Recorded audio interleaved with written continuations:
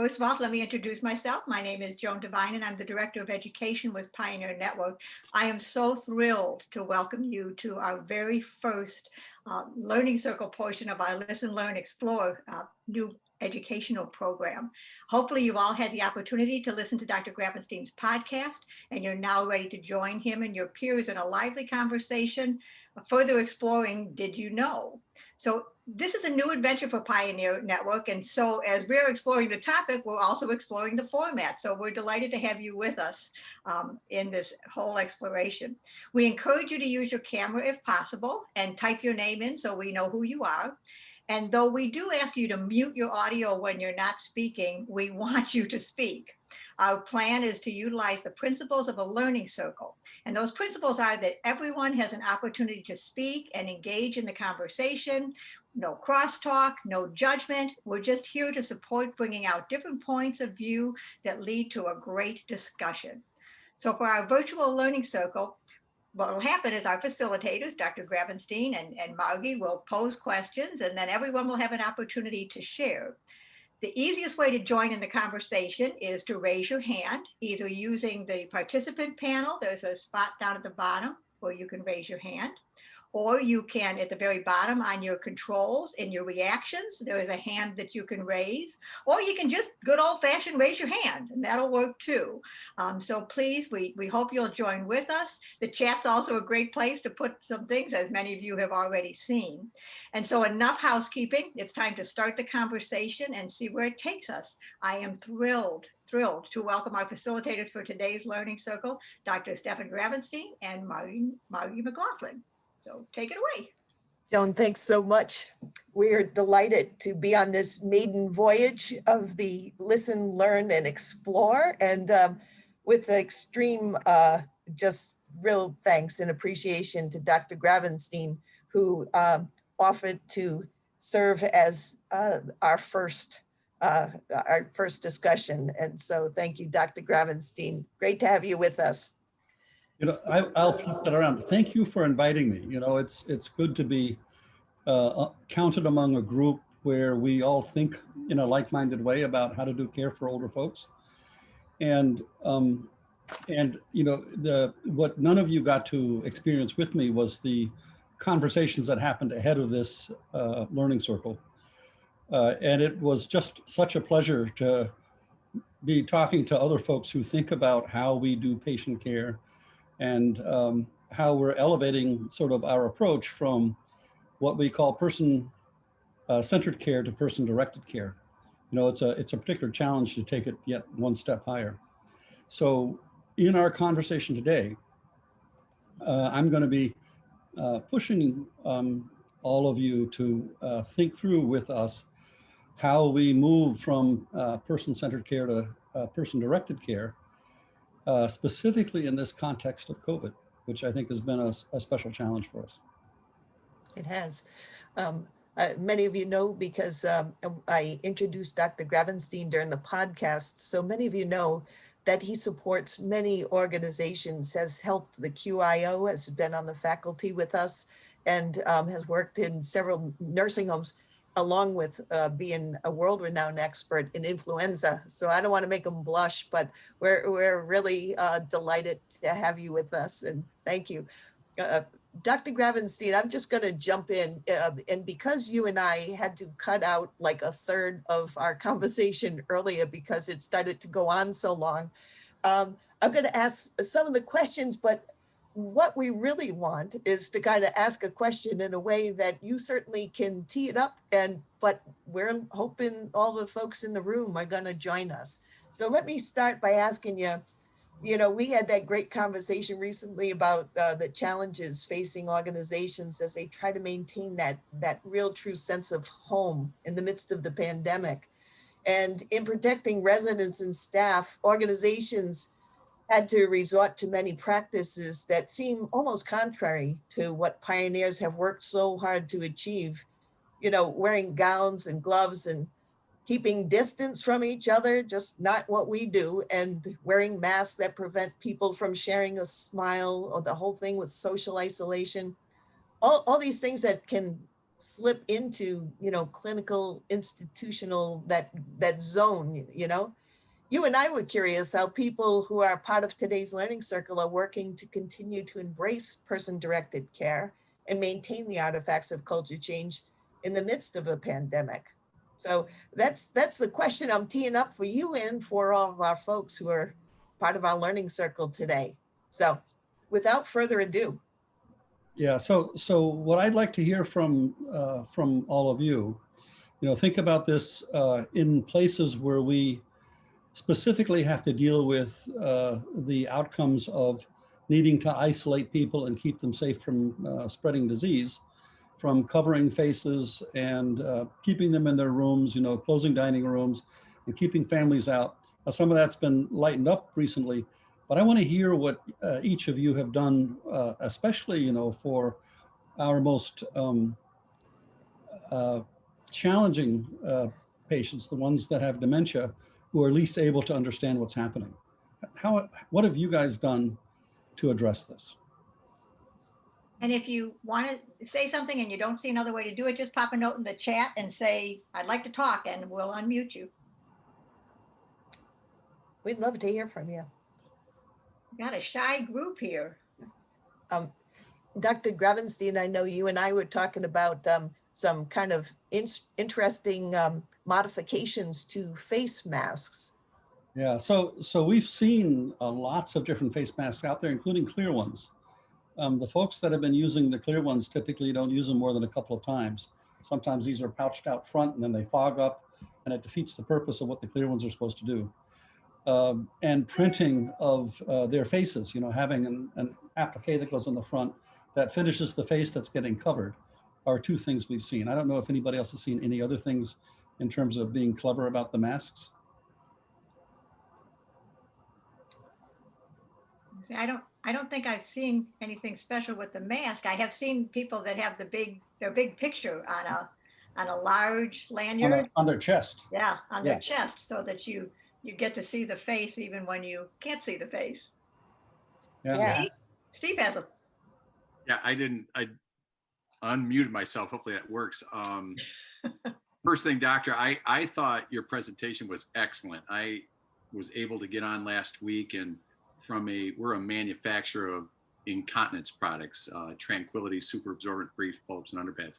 But I was impressed with the knowledge that was shared. I emailed Penny. I said, wow, that was worthwhile. I really enjoyed it. So thank you for that, because obviously it's very timely. But something that we've realized is our products hold up to a quart of fluid, and it allows for longer rest periods and sleeping through the night. They don't leak, they don't smell. But during COVID, I've had clients tell me that, Steve, thank God, because we're not doing unnecessary bed strips and clothing changes. It's reduced our usage of PPE supplies, because each time you got to do a bed strip and clothing change, you got to gown up, gloves, all that stuff. And he said, so skin's been great. We're doing better than sister companies that they had that weren't using our product. So you would ask that question earlier, things that are different. I guess from a manufacturer's perspective, we're finding that our super absorbent technology is really, for those especially with dementia, a handy tool right now, because it can hold up to a quart of fluid. And if you can't get there due to short staffing or whatever, they're protected.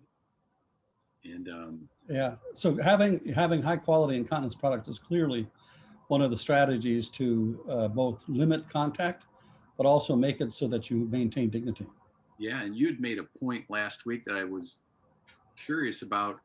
With the newer strains of COVID, you were talking about explosive diarrhea, similar to kind of C. diff. And we were wondering in the beginning if that was an issue, because if you trap the fluids and it's not on the gloves, it's not everywhere else. Have you seen much on that, or have you have much data on that, or what? So unfortunately, it's an anecdote rather than a scientific observation. In two facilities where they had given a vaccine literally a day or days before they started diagnosing their first COVID cases, in both of those facilities over the coming 2 weeks, these are both facilities that started vaccinating at the beginning of January. In the following 2 weeks, we had about a third of the population in each of these facilities ultimately test positive. Um, the, so in the context of the explosive diarrhea, that was more prominent in one facility than the other. And so we still don't know. We've asked the strains to be typed. If this was because it was the B117 strain out of the UK, that the two facilities were different, or if it was just luck of the draw. The advantage of science is you have to have enough observations so it isn't just a one-off. So for us, this is still more or less a one-off, but we've continued to see diarrhea as a leading symptom in that facility. In the other facility, we've had GI symptoms, but not explosive diarrhea so much. Okay, because that's what we were wondering nationwide in the beginning. It didn't really seem like nobody really knew. Could it be transmitted through urine or feces? Didn't seem to be much of a concern. So just to take that a step further, this isn't about person-directed care now. We know that when in children, you can detect the virus in stool 17 days on average after they're first diagnosed. Really? Yeah, that's different than saying you can transmit it that way. We can find the virus.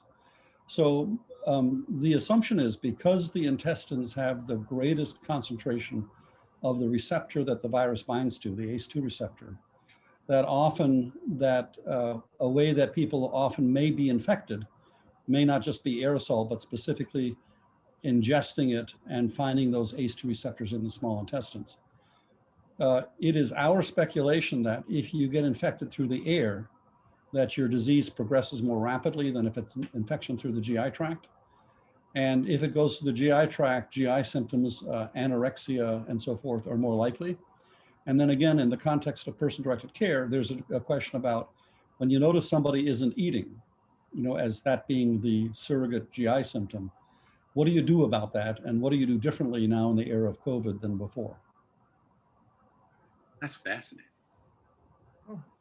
Had not looked at it from that perspective. And Dr. Gravenstein, we have a comment I want to be sure that we see. Renee doesn't have a microphone, so she is typing for us. And she shared, I work with all memory care residents. It's really been amazing how our residents have adapted. It really has been the families that have had the trouble. Yeah, it's clear that when you start having your first cases, it's all hands on deck. And it's not just the families of the residents, but the families of the workers.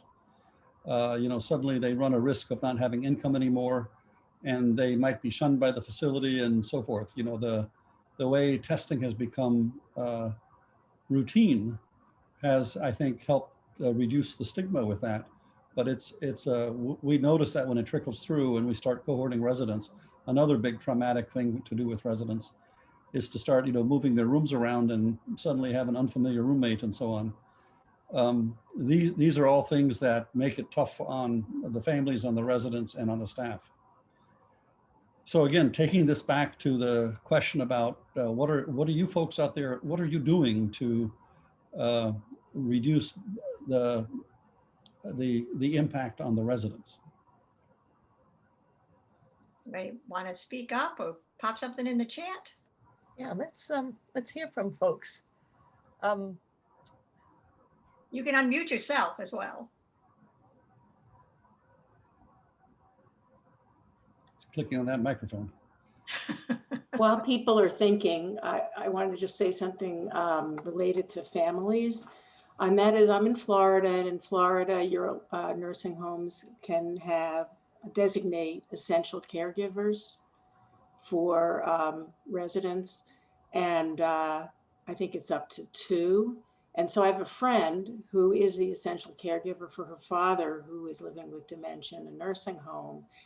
And it's just so great because she can be there, and it helps the staff too, because she's helping him as well.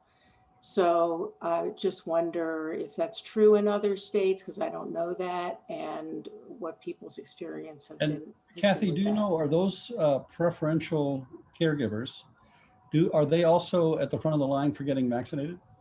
You know what? No, not now. And they're talking about hopefully it will happen, but that was something that concerned me and my friend as well, because she's in there every day pretty much. And so she gets tested, and they were giving vaccinations to the residents and the staff, and her dad got the first dose, but they can't open it up to her yet. Yeah. And it So, doesn't seem to make sense to me. So that's. It's a wonderful example of, person-directed care. The operational step is so you can get the person in front of them, so that they can do that safely. And sort of there's again, as a reminder, the vaccines aren't perfect. There's still 1 in 20 who get vaccinated who can still get COVID despite that. And when I say COVID, I mean a symptomatic infection, right? Because these trials were about symptomatic infection. So there's others that will still get asymptomatic infection, probably in equal number. So that's 1 in 10. So it doesn't get you off the hook for wearing masks, but it does reduce the risk quite a bit so that you can think about how you can safely have family members coming in. And in an ideal world, which it is not, you would have both the resident and those family members all get vaccine to sort of clear that hurdle, if that were possible. There's ethics involved in how can you force people to get vaccines and so forth just to allow them to visit. And so I think one of the other workarounds I'd like to hear about is absent vaccine. What are you guys doing to allow families to visit? What are your strategies to make it so that these visits can still happen? Well, and I just wanted to add one more thing to actually the comment about family members who are visiting and involved with their loved one in a nursing home now. I live in Colorado, and one of the things that's been happening is that pretty much whether it's a nursing home, one of the clinics, one of the hospitals, at the end of the day, after they give vaccinations, there are these leftover doses that they have. And so a lot of hospitals and clinics now are maintaining sort of that emergency list that if you can get there in 15 minutes, you're on this random list and you might be able to get the vaccine. Well, in nursing homes in Colorado, a lot of the nursing homes are doing that. So if they have those extra doses left over, those family caregivers are being offered the extra doses. And so, again, not a perfect system, but, hopefully some of those family members coming into the homes are able to get vaccinated that way. Yeah, and Yes. for my patients, I've been recommending that if they're going alone, they should be the first appointment of the day. And if they're going with somebody, they should be the last appointment. So the person they're going with could potentially get a leftover vaccine. And I've heard so many of those things happening that, if you're driving, your older loved one to their appointment and you're with them, then there is a chance that you're going to get a dose as well, especially at the end of the day. Yeah. And I don't know if you've seen it in the chat, but we have a couple people who've responded to the question about social distancing. And Renee also commented about what they're doing, just what you asked, Dr. Gravenstein, to support safety. We also like to note that they haven't had COVID in their community. So that's a beautiful thing, Renee. And I'll also mention, on piggybacking on Kathy's comment, I think Kathy asked if other states were doing the essential caregiver program. And it appears that in Nebraska, that is happening. And I'll double that up in Rhode Island and several other states up in New England. Essential caregiver has become a really important part of very, very much personalizing care and letting a loved one come in. I think it also speaks to the fact that families have been such a remarkable backbone of the long-term care community. And, somewhere around April, when COVID was at its height in so many places, the absence of all those family members who look out and do little errands and call bingo and, pick up people's remotes and do all those wonderful behind the scenes things. The absence of them became almost as much a plague as the pandemic. So good things to know.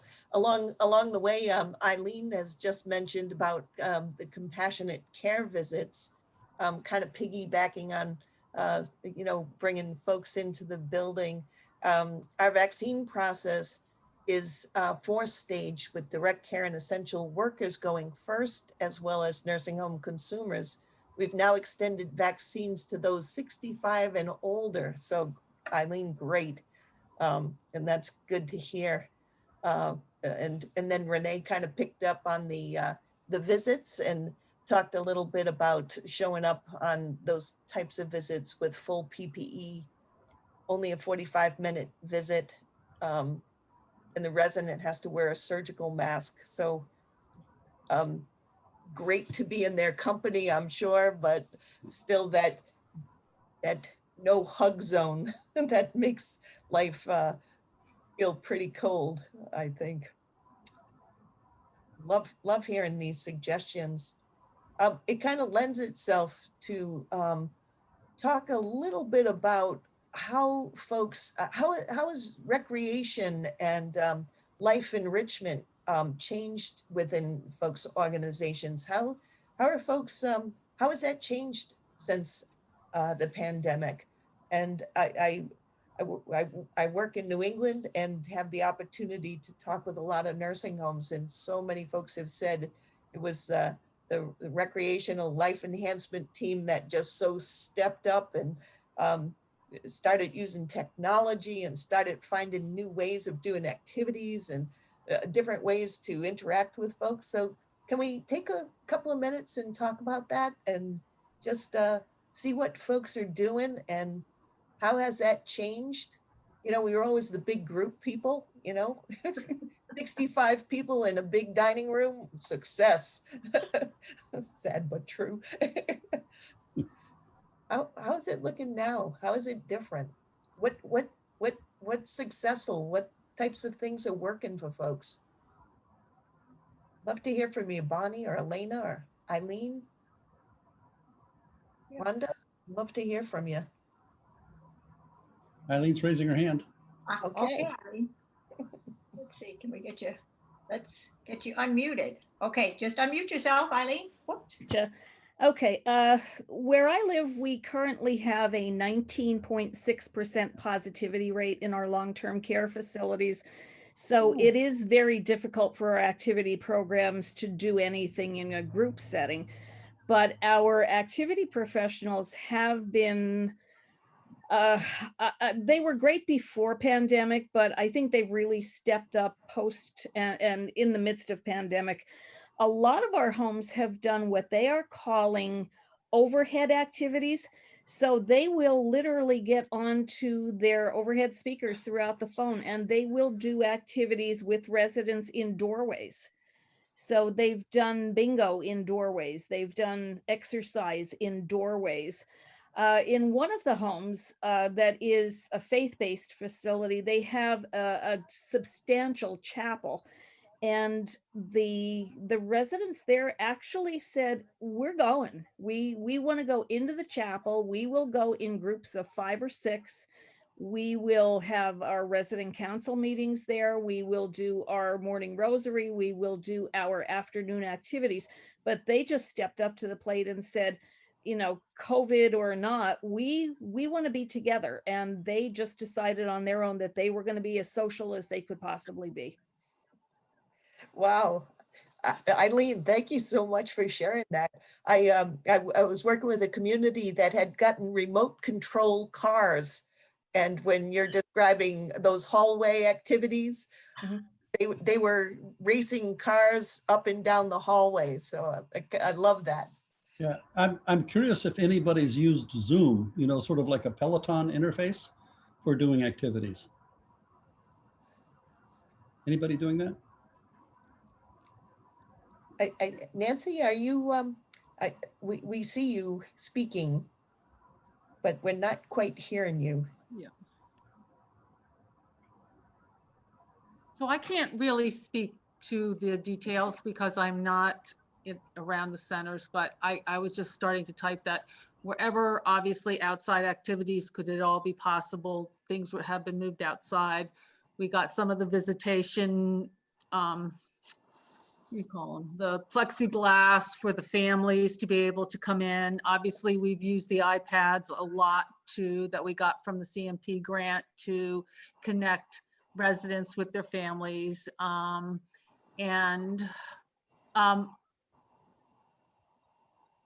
I have to take this call, I'm sorry. That's right. Thank you. So while Nancy does that, you know, another thing that I've noticed has been communicating through the masks has been hard. What are the workarounds you guys have figured out for that? You know, they can't understand you, they can't lip read anymore. You know, all the stuff that you have with this population, hearing impairment can be quite a problem. That is certainly a challenge. That is certainly a challenge. Penny, are you trying to unmute? I know there's been some great resources that have put out. I think there's something in the ABCs of combating isolation on our website that someone put out with ideas and tips for how to talk through a mask. And some of it is some basic things like articulate no more and use body language, because we do so much communication through, I'm lost if I have to sit on my hands. We do so much communication through other than just our voice, and to really think through and utilize those elements of communication. Yeah, and I see Bonnie has a message up that we have used Chapel TV and do the exercise program from there. I also do a news and notes, and we are just starting an education program. So Bonnie, that's great. Can you talk about that some more?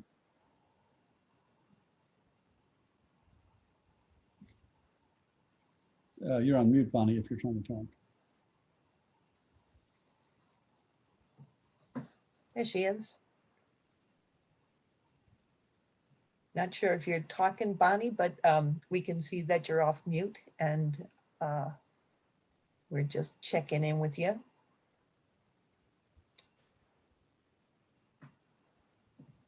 Gotta love technology.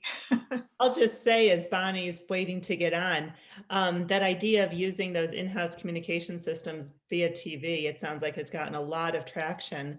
Again, here in Colorado, I know of a few communities who have always had that, but they really found that during the pandemic, it was a way to use that to its greatest capability. And also residents and family members started to rely on that more.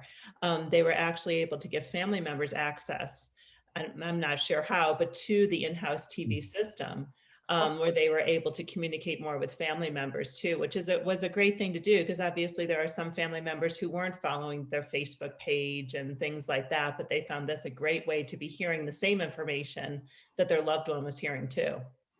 Beautiful. Yeah, I know of one facility that has a special program that they've been piloting where they have, it's got a photo album that's put together by the family, and it has a map, a place where you can go visit places essentially like Google Earth and get down to street level views where they have pre-populated addresses of where they've been in their lifetime. And if they have enough synaptic power that they can sort of navigate and travel, and the photos could be linked to that map too. So it takes them down memory lane using essentially the new technology.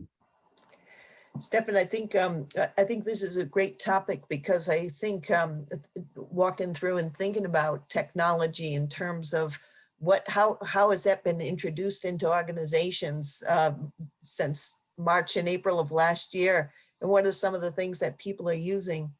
I have a 94, almost 95-year-old mom, and we communicate using Echo. And if you haven't seen it, I don't know if I can name products, but this is not a commercial message. It's just having that little television screen, and she can see me. It has a feature called drop in. So I don't have to, all I do is go, it says drop in on mom, and the little camera is sitting there right by her chair in the parlor, sitting in her seat. And I go, hi, mom. And all of a sudden it's like, oh, you're here. And we can see each other and talk, and it requires no dialing up or any of that sort of thing. So I'm a fan of the Echo Show. Another thing that my nursing homes in New England a lot use CMP money to get the Eversound headphones. And I have to tell you, for the organizations that have those, they love them. And what that allows for is for folks to even be able to talk through a window. There's a receiver, they can put those headphones on, and they can actually hear their loved one on the other side of plexiglass or whatever, which is such a great thing, because so many folks you know, with all the masks and muffles and glass, it's hard to enjoy a conversation, but the Eversound makes such a difference for them. So, You know, Joe, yeah, Maggie, listening to you here say that, and Steve, where he was talking earlier about the incontinence product, I think it's this pandemic. You know, there's lots of lessons learned in this pandemic, and I think one of them is a reminder of how sometimes the not so obvious thing, the product, really can help us support person-directed care. It can help us to get to know and understand the person better. It can free up time that then allows us to have more time with the person. I think there's been some lessons. If we're paying attention, I think there's been some lessons in all of that that we can take forward as we hopefully come out of this pandemic at some point. somebody, Eileen's writing in, we're purchasing pad bots in Pennsylvania for virtual visits through the Ombudsman program. Nice. Eileen, can you just give us a little more on a pad bot? I'm assuming it's a tablet on a rolling kind of thing. It is exactly that. Okay. It's similar to doing the virtual medical visits. A lot of our homes do uh, the mental health visits, since the providers don't come into the buildings as often as the attending physicians would. So we have purchased pad bots. They're about 4 feet tall, and you attach either an iPad or some type of tablet device onto that. And we can sit in our cars, we can sit in our offices, and we can remotely visit with the consumers by way of the pad bot. So they can navigate the facilities, they can go in and out of rooms, and the consumers can see us and we can speak with them. Brilliant. Brilliant. Love it. I'm just noticing here that Bonnie's also mentioning that some of the different things that are going on in her setting, and how they've been able to do church over the loudspeakers as well. Mail is the lifeline to the outside world, so we're hoping to start outings soon with one person at a time, being able to go out for a ride. So how fabulous is that? Wonderful. Yeah, I'm looking forward to going out to breakfast when my big moment comes. You know, I think one of the other lessons that we've learned in all of this, Dr. Gravenstein, is I am an Eden educator and mentor, and so certainly one of the things that we talk a lot about in that group is the plagues of loneliness, helplessness, and boredom. And I think one of the things we have learned in this is that, and we've always known this, being alone doesn't necessarily equate to loneliness, and the need to really get to know, well, people do have to be alone. To really understand the need to know them, to know people as individuals, and to find ways to bring things to them in the course of their day that bring true meaning and purpose. And it doesn't have to be a group activity.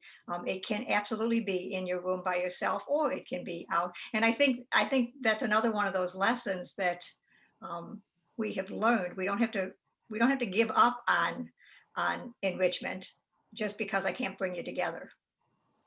Yeah, it's, so we have these free interfaces available if we have connectivity also. So I like some of Bonnie's comments about how they redeployed what they were using for daily mass and their closed circuit to sort of get access to them in other ways. They said also mail is a lifeline, so that you have some written form of communication, which could also include photos and other kinds of things. When I think about, for example, our Zoom interface today, Zoom isn't the only platform out there that can do this, but family members, it can be invited to bring in favorite music and other kinds of things that could be done over Zoom. The quality is good enough that it could be shared in that way, and could make that interaction more meaningful. I don't know how this is being leveraged within facilities, if folks are just putting it out there, or if they're actually engaging the residents with families to prompt this to happen. Anybody doing this out there?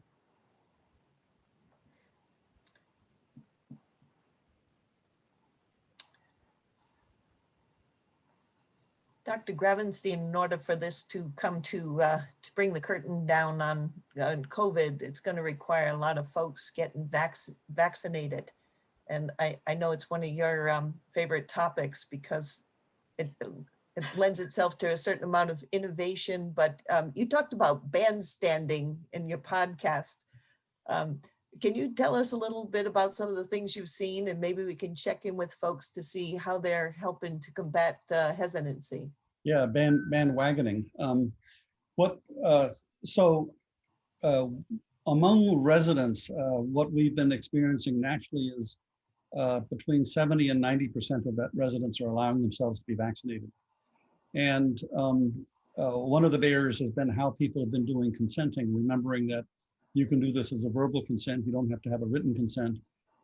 And if there's a power of attorney or legally authorized representative that's required, that they can also do that verbally. So that's one feature to try to reduce the declination rate. With staff, we've seen some facilities where we get high uptake first round. Now, when I talk about high uptake for nursing facilities, I'm not actually talking about a number that I would consider big. High uptake to me is 50, 60%. In an ideal world, we would have 80 or 90% of staff taking it. In facilities that have the highest uptake, usually they have some other mandate about getting vaccinated or somehow creating consequences and not giving them religious or other kinds of exemptions as part of quote unquote getting out of getting vaccine. So there are gentler ways to do this. For example, the bandwagoning concept, if somebody says they've got it and they're willing to show that they've gotten the vaccine, there's an opportunity for them to talk about how it wasn't such a big deal. You know, all they got was a sore arm. So even on the one side, when I talk about the vaccine, I talk about the high rate of adverse events. You know, anywhere from 10 to 40% will have a low-grade temp and so forth. That's not actually happening in the older residents. It's much, much lower than that. What we've actually been seeing, even as the clinical trials have been talking about myalgia and malaise, I haven't seen many people complain of either of those if they've taken Tylenol with their shot. So if they're wearing, so we've got some shirts that says, you know, I got my COVID vaccine, that people can wear to sort of show it off and invite a discussion about their experience by wearing it. You know, they're sort of saying, you know, ask me about it without actually having to say, ask me about it. And this creates sort of learning circles within the facility where folks can say, really, did you get it? You know, you aren't dead, you know, sort of, you know, a little over the top there. But the idea that they see that there's people doing it, and that the more people that are wearing these, you get to this threshold where it's obvious that most people have gotten it, that the ones that aren't getting it realize that they're outliers, and bandwagoning invites them into that circle of the people who are doing it. So that was part of that comment about how you create this herd mentality of what you want to do. And science doesn't often sway the folks who are declining. You know, science isn't necessarily the ticket that gets them to get the vaccine. Those individuals often have other things that drive them to want to get vaccinated. And this bandwagoning is one of those strategies. A second problem is they often think heuristically. And what I mean by that is, if they hear about somebody who had a bad reaction, or they themselves had a bad reaction to a shot 5 years ago, they automatically then, you know, generalize that to any other shot, and they no longer want shots for anything. So when you have people, you know, that are wearing pins that I got shot for you or things like that, that they're, you know, accountable to each other as a group and their families, I think it helps overcome some of that, because they see all these people who've actually survived, you know, getting a vaccine. So I'd like to hear what other folks are doing to try to get their vaccination numbers up.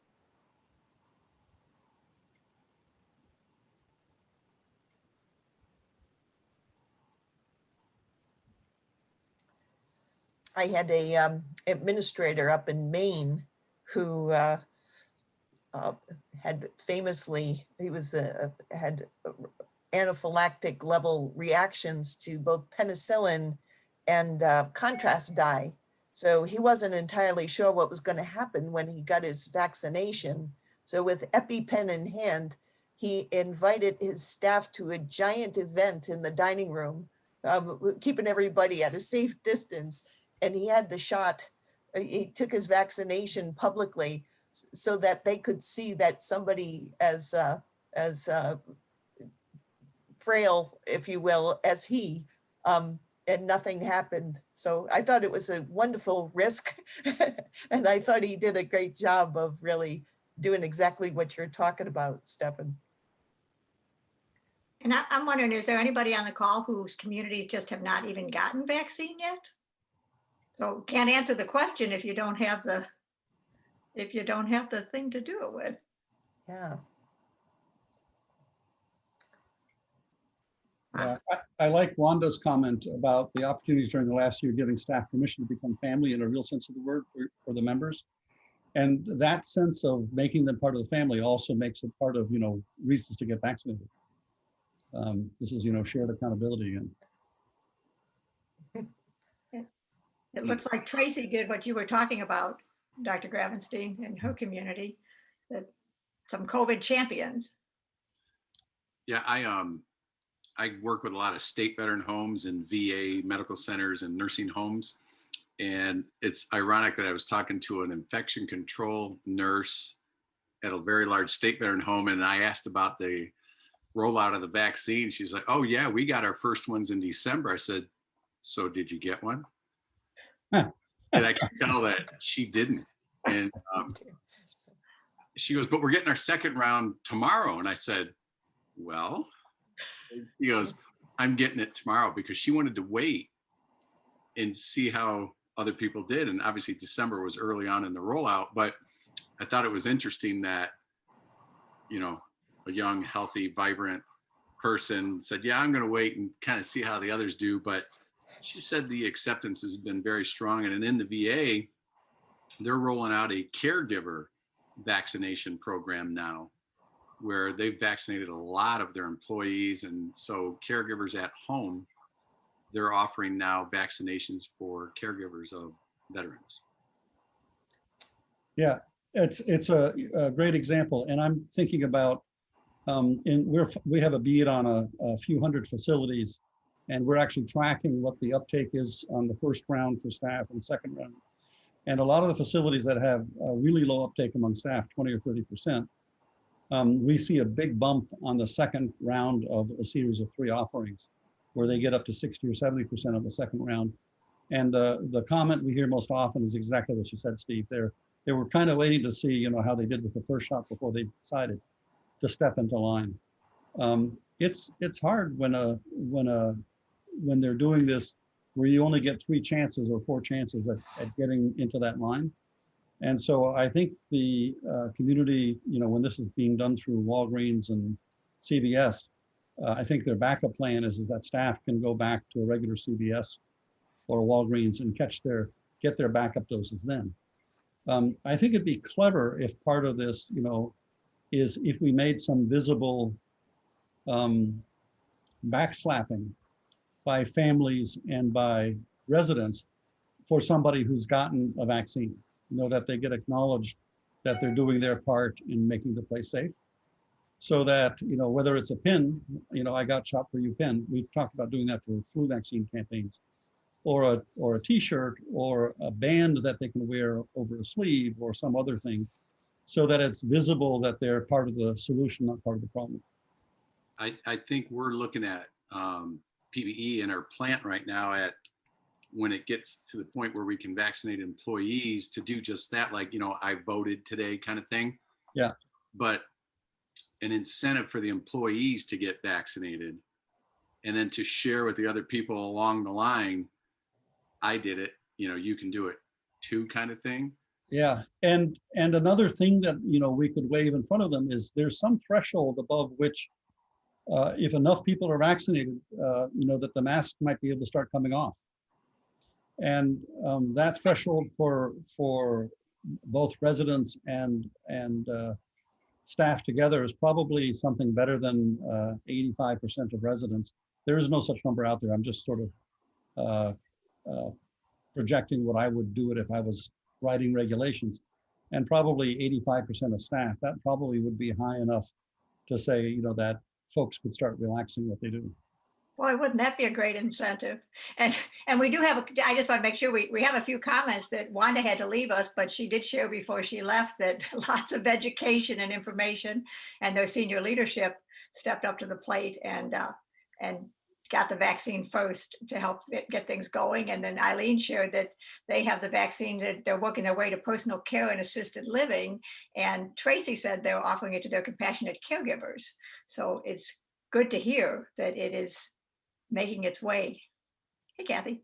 Yeah, I have a question for you, Dr. Gravenstein. I heard that, and I don't know if it's true, that even if you're vaccinated, that you could still be carry the virus and give it to other people, and so you're still going to need to wear masks and everything. Is that true? That is true, but if you're carrying the virus and can spread it to other people, if all of them are vaccinated, they're still safe.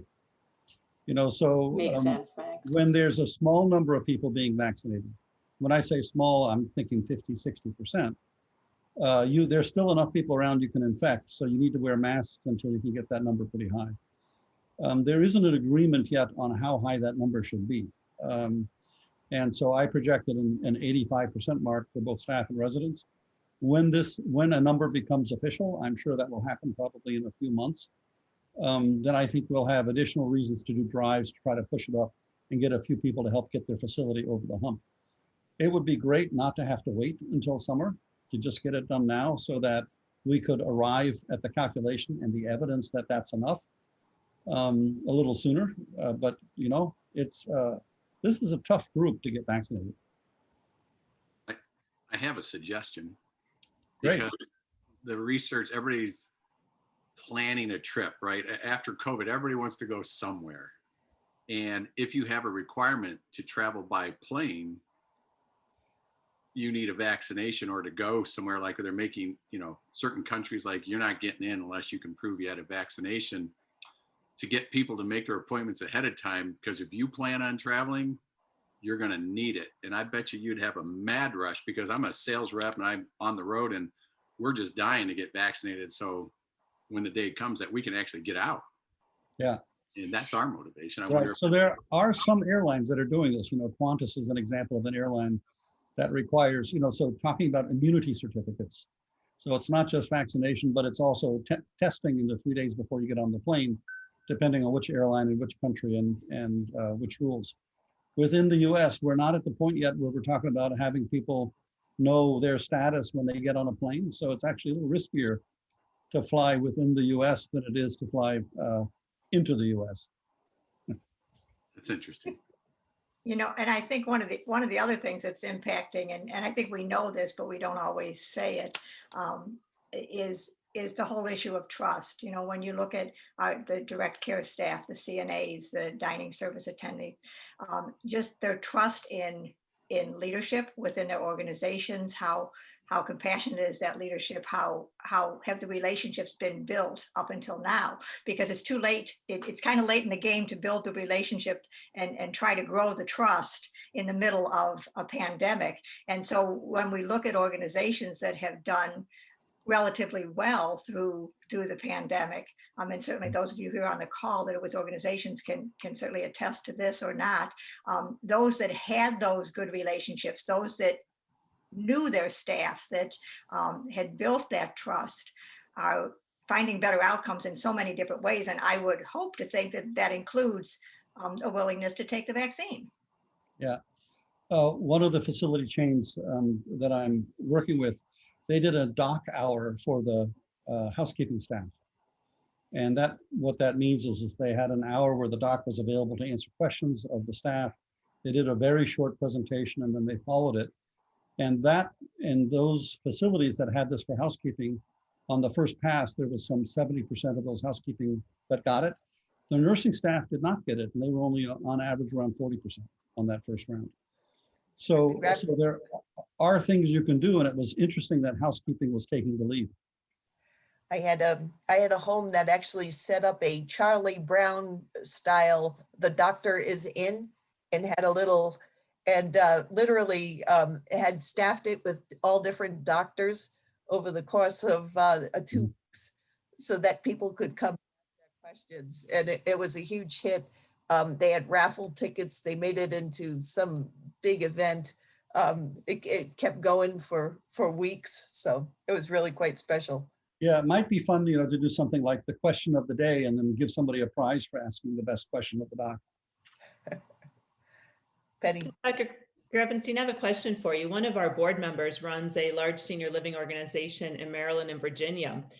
And he was saying that their vaccination rate was lowest for nursing and CNAs. And one of the issues when they asked people why they weren't getting the vaccine, they were people that were either pregnant, wanting to become pregnant, or doing IVF. And it was very specific just because of the workforce to the nursing and CNA staff. And I just wondered if that was anecdotal, if you've been hearing that. Any thoughts? So I have gotten questions on, I am pregnant or I want to get pregnant and should I get the shot? I haven't heard that was a driver of vaccine hesitancy. When we're talking about the proportion of folks who are declining in those two categories, I haven't thought about that many of them interested in conceiving all at once. And it's a fairly large community, so who knows if they were, those answers were kind of rising to the top. But it was just sort of an interesting thing that this leader was dealing with for his organization, because he found that was one that was just a little gray as far as how do you work within that. So the CCRCs are interesting, especially because they often have 1,000 or more people that are living there. And so if somebody has an idea about a reason not to do things, if they're an opinion leader, it carries weight with everybody else. And so figuring out how to counter that, I think, is a useful thing. And one way to do this, again, in a person-directed way, would be to figure out how to give the residents voice to ask them to have people get vaccinated, as opposed to thinking that this has to be driven from the top. That's a great point. Has anyone done that? Yeah. Had their residents help with their campaign? It's an opportunity. Yeah. Has it been shown that they have data that if you are pregnant and get the vaccine or trying to get pregnant, that it is safe to take the vaccine? I haven't seen any data that is sufficient to be able to make claims one way or the other. The data that I'm aware of does not suggest there's a signal either before becoming pregnant or in the first trimester. For flu vaccine, there are data, we published the data, so that's how I know about it. Oh, great. Related to risk of getting influenza late in the first, early in the second trimester, creating offspring that have schizophrenia. Your risk is 4 to 8-fold greater if you get flu late in the first trimester. Wow. And you get a substantial risk reduction if you happen to have had a flu vaccine. There's an argument to get that vaccine. So I suspect that the same things that drive that for flu would drive it in the same way for COVID, but we're probably a year or two out before we know that. Thank you. One last question. I think it might, just from a time perspective, Dr. Gravenstein, and for the rest of folks who are with us, as tragic and difficult the pandemic has been, are there any high points that folks have experienced or positive changes that you might actually keep when we're out of the woods, so to speak, in a relative kind of way? Any positives, anything that, oh, we're not going back, or we love doing this and we're going to keep it? Just to start off, I've heard from homes that have said they didn't do dedicated / consistent staffing before the pandemic, and during they did, and they're not going back to rotating. So that's an example if that spurs anybody else. That was a good one, Kath. That was a really good one. I know quite a lot of our homes, nursing homes weren't famous for their computer systems. And somewhere in the midst of this, they ended up with tablets and pads and all kinds of great stuff, and started doing telemedicine. And I have a lot of rural homes in New England that say they're never going back. They love being able to do telemedicine visits, and feel like they've been able to up their care just by virtue of bringing in different specialists to help residents and to bring families into the story. So. And Bonnie shared that the lesson they've learned is the importance of one-on-one visits, and they're going to be continued. I think that's a great one. And I think we've seen a lot about the value of small, the small house model, the greenhouse model, whatever that is. And it ties in with the dedicated staffing that Kathy was talking about, that it's easier to contain. Yeah. In our environment, the greenhouses have been spared the outbreaks. They've been mostly in the larger buildings. We've heard stories at Pioneer Network from people that say, well, person-centered care and culture change just went out the window with the pandemic. But we've heard so many stories that just refute that show that when we look at what has happened, when we look at outcomes, the power of that resident-directed culture has really been evident, and it is making a difference. And I think we'll have some incredible stories and data to share on the other side of this. I think you're right, because, from the outside looking in, articles that I'm reading really reinforce that model and the greenhouse model. And I'm hearing it from different areas, but I'm also hearing it from government. And so I think that's fascinating that they're seeing that. Well, I think that could drive actually everything that we all believe in about person-centered, person-directed care going forward in the transformation, of the models. Because, when it comes to having good clinical outcomes, we can talk about these are places where people want to live. These are the types of places that people want to move into as they grow older, but really, a lot of what drives it are the clinical outcomes as well. But the other thing I wanted to say, I'm on the board of the National Certification Council for Activity Professionals. And one of the things that I've heard from activity professionals that I work with through that organization is the fact that those folks who have really gotten to know individuals deeply, to truly know the person, have really fared so much better too, because of, Margie, what you were talking about. We were so reliant on those group activities, but it's really actually allowed people to concentrate on individuals and what their preferences are and what provides meaning and purpose for them. And so I really hope that as we move forward, that continues as well. And maybe we'll be less reliant on the group activities. That will just be one component of life enrichment. To your point, Penny, one of the states I'm working with, that they're finding out that these smaller groups are way better, but they're also redesigning their facilities, and one that is literally under construction.